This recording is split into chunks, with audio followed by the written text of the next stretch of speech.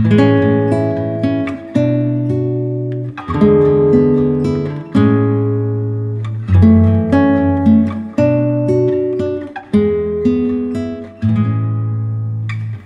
video is an annual favourite. I absolutely love filming this video every year. It's probably going to be part 1 of 2 just because I've got so many autumnal recipes that you can make on a budget that are delicious that I really want to share with you. And if this is the first video you are joining the channel on, then welcome, come in. I'm currently filming my 5 autumnal delicious budget meals for under £25 from Aldi. So what I'm going to do with you is run through each recipe as the video goes along, show you how to make them, give you an ingredients list with the prices, do 99% shopping at Aldi. Anything I can't find from Aldi, I pick up from other local shops. So today you're going to see some of the most delicious autumnal recipes. It is really and truly the best time of year, particularly for cooking. It's just such a gorgeous, cozy time of year. Eating lots of seasonal vegetables, thick, creamy dinners. When I was doing my meal plan, quite often I go through the Readly app, which is one of my favourite apps to use. It has every magazine you can possibly think of, and some of my favourite magazines have got to be the food magazines, also the home magazines, but the food magazines I love to browse. This is the time you need to download Readly.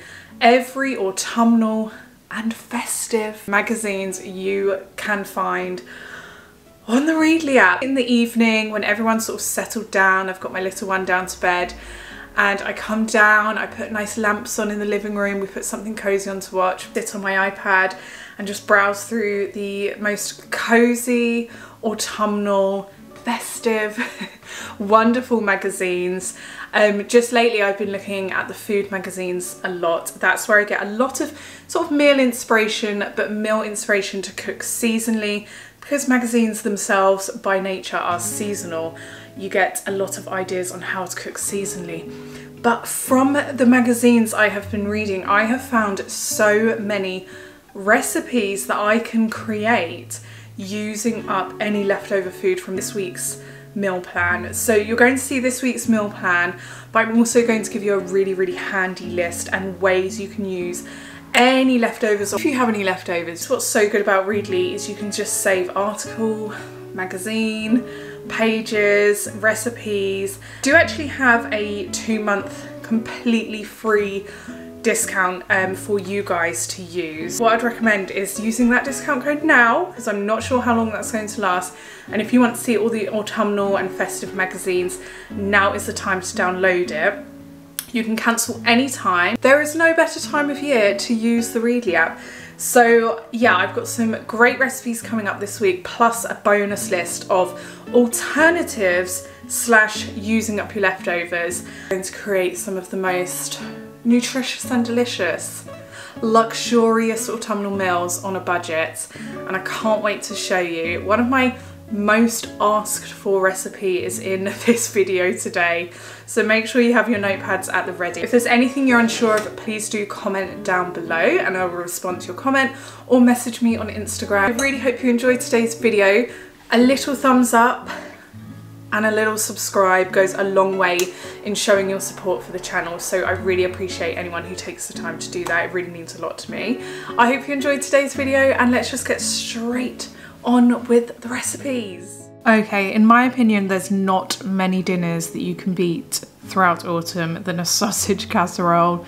It is cheap, delicious, healthy, nutritious, and very warming, and I just blooming love it. So on this sausage casserole, I'm going to be using veggie sausages. I love the Richmond veggie sausages you can get, but the really good sausages to use are normally Cumberland sausages for this type of meal. The first thing I start doing is browning my sausages. I will be doing this in a slow cooker. It's very much a dump and go. If you're not fussy about the texture of the sausages. My husband loves like browned sausages before they go in the slow cooker, so I'm going to brown the sausages for a while with the garlic and onion just to really bring out the flavours. As they're vegetarian sausages, they don't crisp up as much as a normal sausage, but I personally think they just work really well in a sausage casserole style dinner. You can serve this with most things, but I think at this time of year, a little bit of horseradish mash is the way to go. I always add beans of some kind into my sausage casserole. It's just a way to get some really healthy proteins in. It makes the sausage casserole go much further. Cannellini beans, I probably said that wrong, are some of my favourite to throw into a sausage casserole. And then what I do is I get a big Pyrex dish, I rinse the beans and put them in the dish and mix in the spices, herbs and tinned tomatoes together, just so they all mix in together, and then I can pour it very easily into the slow cooker. After the sausages and the onions and garlic have been browning for a while, I'm going to pop them into the slow cooker. I'm cooking this on high for about 3.5 hours. You can cook it on low for longer.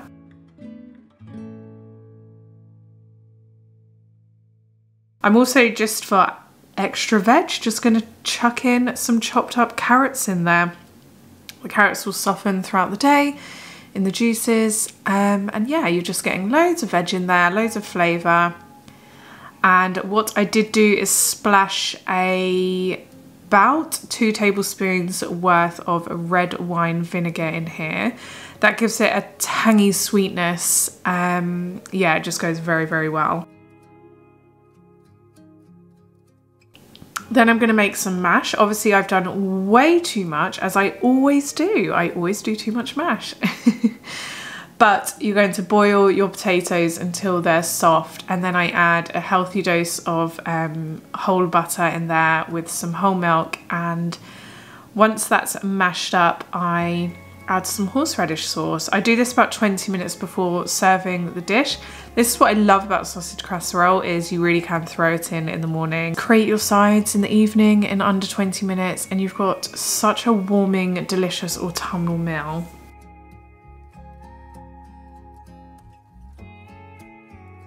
Here we go, everything is soft and thickened up. Oh gosh, I'm actually craving this for dinner tonight. I'm gonna have to check my freezer and see if there's any sausages in. But yeah, so good. I serve around 2 sausages per person, and lots of the veggies with that gorgeous rich sauce. Sausage casserole also goes very, very well with some bread and butter. So if you're not into mash or you want to try something different, get a lovely loaf of sourdough bread and serve it with some bread and butter, and yeah, a gorgeous meal.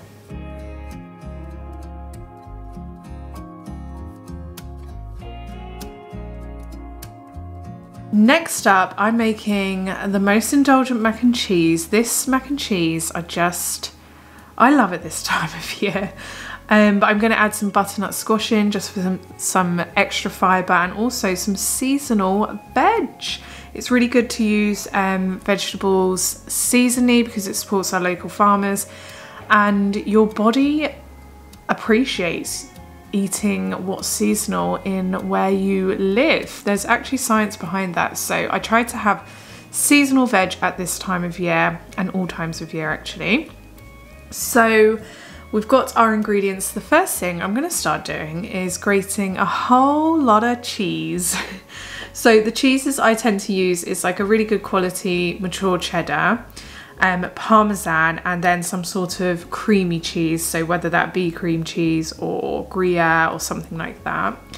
I have pre-roasted my butternut squash earlier in the day. You can do this the night before if you want. Just roast your butternut squash with some olive oil and salt in the oven, and then it will be ready the next day for you. All you're going to do is scoop it out and throw it into your cheese sauce once your cheese sauce has been made. So to make a cheese sauce, it's very easy. You start making a roux, which is melt your butter and add flour until you have like a thick, almost Play-Doh style lump. Once that lump has been formed, you want to start adding some milk. I always go in with whole milk. I have used plant-based milks before and it's been the exact same. So start adding your milk until you get a thick, white sauce. I think it's called bechamel sauce, I'm not sure, but a thick white sauce. So just keep adding your milk slowly and surely, and then you will end up with this sauce. I did actually have to swap pans here because I underestimated how much cheese sauce I was making. Anyway, so I'm continuing to make my cheese sauce. Once the sauce has thickened and it's just a runny sauce, then you can start adding all of your cheese, and your cheese is going to melt deliciously into that sauce. You can add lots and lots of black pepper. So once I've added lots of cheese into the sauce, I go in and add my butternut squash. As you can see, it's really soft. Butternut squash is a bit stringy. I think it goes really well with mac and cheese. There's no difference to having loads of cheese in there, for me personally. And I always go in with a big teaspoon of English mustard. It gives it that kick, which brings out the sweetness and the sort of sharpness of the cheese. Just so good. So as you can see, my cheese sauce is really forming. I've got absolute tons there. You can freeze this. When I'm at this stage, I start cooking my pasta until it's al dente. I do use rigatoni pasta with mac and cheese just because I love the cheese sauce filling up that rigatoni pasta. And then you want to, bit by bit, add your cheese sauce into your dish with your pasta. Stir it in. Make sure you don't overdo it because you don't want cheese sauce piling out the edges. This is the stage where I could just actually sit and eat it how it is, but it's always worth baking it in the oven to get that crispy top. I add any leftover cheese over the top of the pasta dish, and then I'm going to bake it in the oven. I did actually take it out a little sooner than it was ready this time, just because I had a very hungry 3-year-old. But I normally bake it until it was very golden on top. Here it's like partially golden. It's still absolutely delicious. And yeah, it's going to be ready to serve. I always serve mac and cheese with some fibre because mac and cheese is pretty heavy on the old gut. So yeah, I always serve it with some fibre, generally things like peas and broccoli.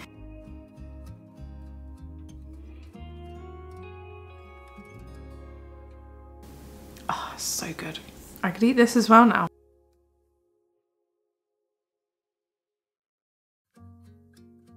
Okay, next up is probably my most requested recipe right now.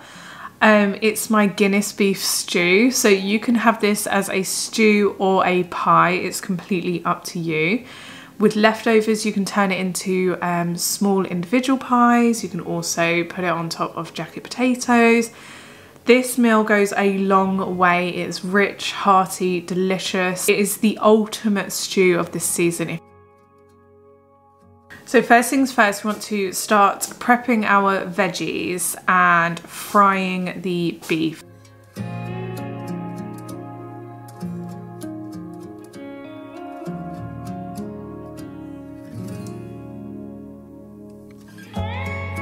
Fry that until it's browned in some olive oil. I'm then going to chop up the celery, the carrots, the onions, ready for frying as well. Adding in some salt and pepper.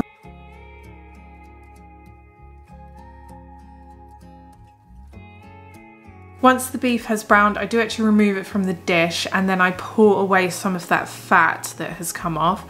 In my opinion, fats, especially whole fats or real fats, are good for you. I don't tend to get rid of fats from my food, but beef fat in this form tends to go quite oily, and I want this to be a very thick stew rather than have that runny film. So I do get rid of some of that beef fat, but I do leave some in there. I then start frying up all of my veggies together until they start to soften. I'm also adding in a load of leftover mushrooms from a previous meal that we had this week. So mushrooms go very, very well with this because it's all that very umami flavour.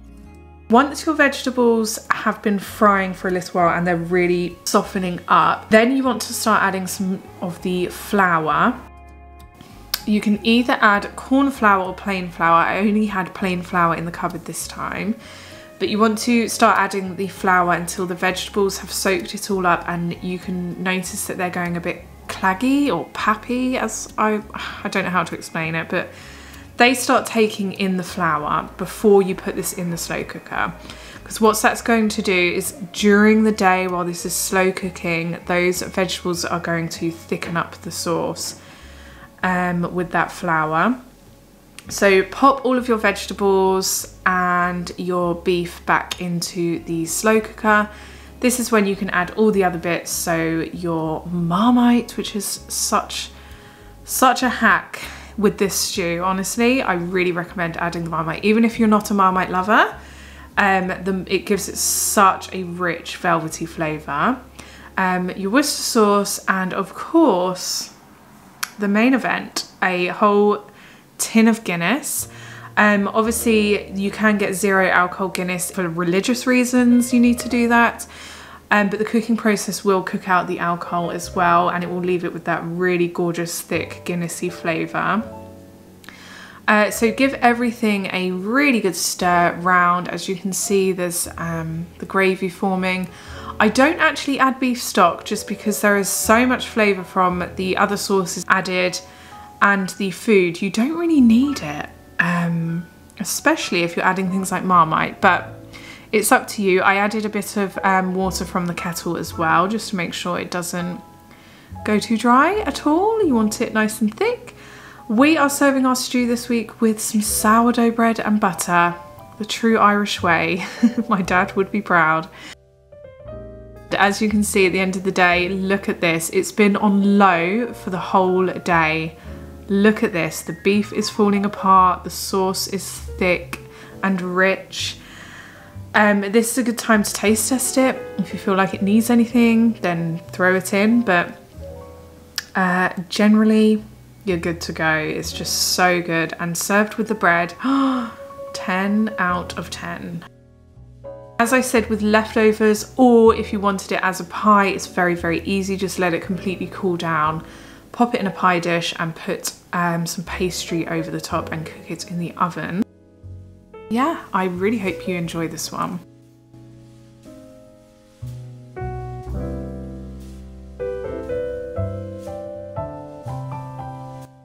Okay, next up we have chicken and leek pie. This is a must make for autumn. We make it every autumn. Again, it's super budget and super easy and just such an autumnal Saturday evening meal, in my opinion.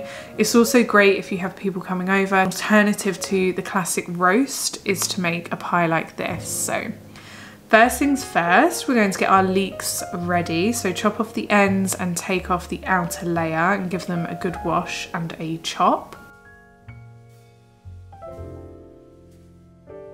Whilst I'm doing this, I am actually browning the chicken thighs in the saucepan. I'm only using 4 chicken thighs. You can use probably 6 if you want 4 very hearty meals, but 4 chicken thighs more than feeds a family of 4. I'm also going to throw in my leeks now just to make sure they've completely softened in the frying process.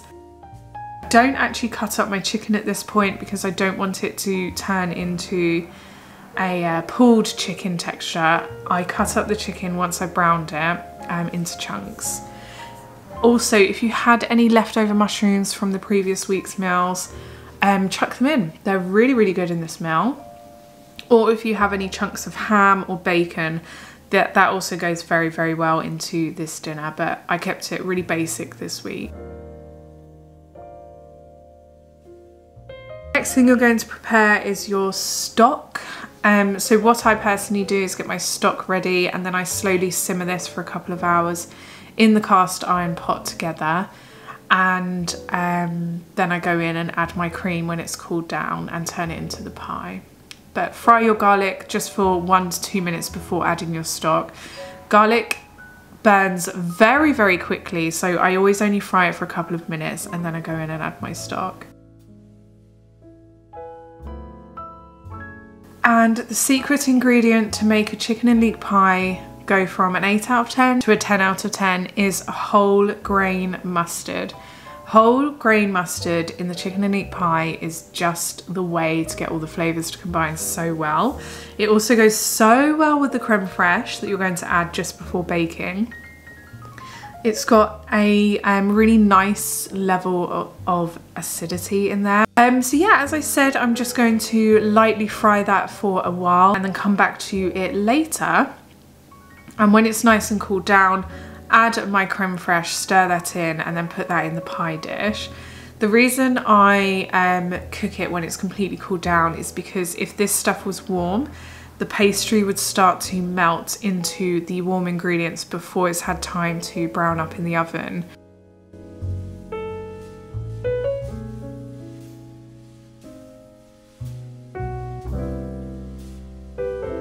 A little trick that Lawrence has taught me.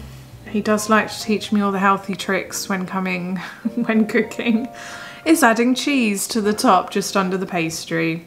I have to say it does work very well. I go in with another healthy dose of black pepper. In my opinion, black pepper goes very, very well in pies. I always add so much of it. But I'm going to egg wash the outside of the pie dish just so the pastry sticks on it nice and firmly. Then I'm going to roll out the pre-made puff pastry that you can just buy from Aldi and push it down a little bit into the ingredients at the bottom. I also create just one sort of hole just so the steam can be released. And with the spare pastry, I've of course got to create a little pumpkin decoration for the top of the pie. So easy, yet so effective, especially if you're cooking for other people.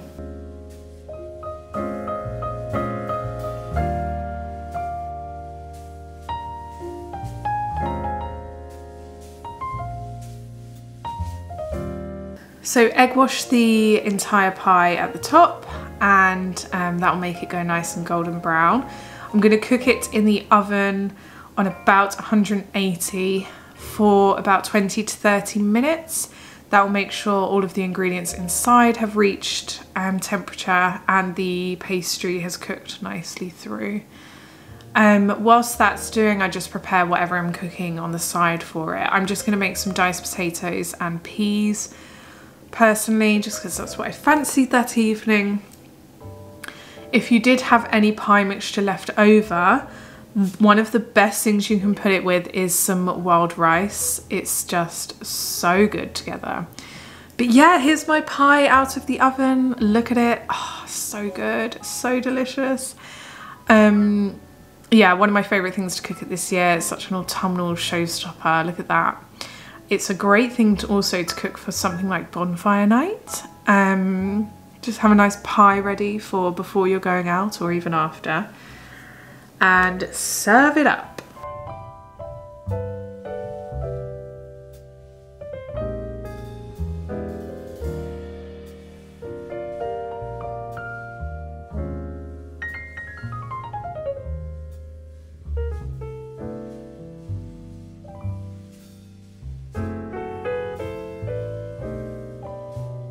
Okay, another favourite of mine to make each year is a mushroom stroganoff. This one is one of my favourite recipes. It's such a quick and easy budget and warming dinner. Now, you have to use a lot of mushrooms in this recipe. I tend to go in with two different types. I add in chestnut mushrooms, a lot of them, just because they've got that lovely nutty flavour as well as that gorgeous brown colour. And then I just add in a load of the Aldi Essentials mushrooms. So first things first, you want to de-stalk them and wash them and then slice them. And you're going to fry the mushrooms in some olive oil or butter for a while until they start going nice and soft. And whilst they've started frying, just prepare your onions. It's a very, very low maintenance dinner, this one. And one of my favourite things to do is to serve this over rice, and then with the leftovers serve it with baked potato. Oh my gosh, this, just a big spoonful of this on baked potato is 10 out of 10. I really recommend. So yeah, add in your spices. I always go in with some paprika and Worcester sauce to give it that richness. A little bit of veggie stock as well goes really well in this. You don't want it too watery, so just do a little bit.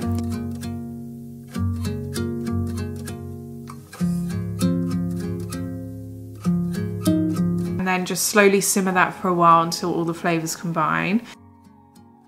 When the liquid has reduced for a while, I then go in with my double cream. You can add single cream, you can add creme fraiche as well, goes very, very, very well with this. But yeah, I do like a bit of double cream with that. I also added a splash of red wine vinegar, it just gives it that nice tangy sweetness.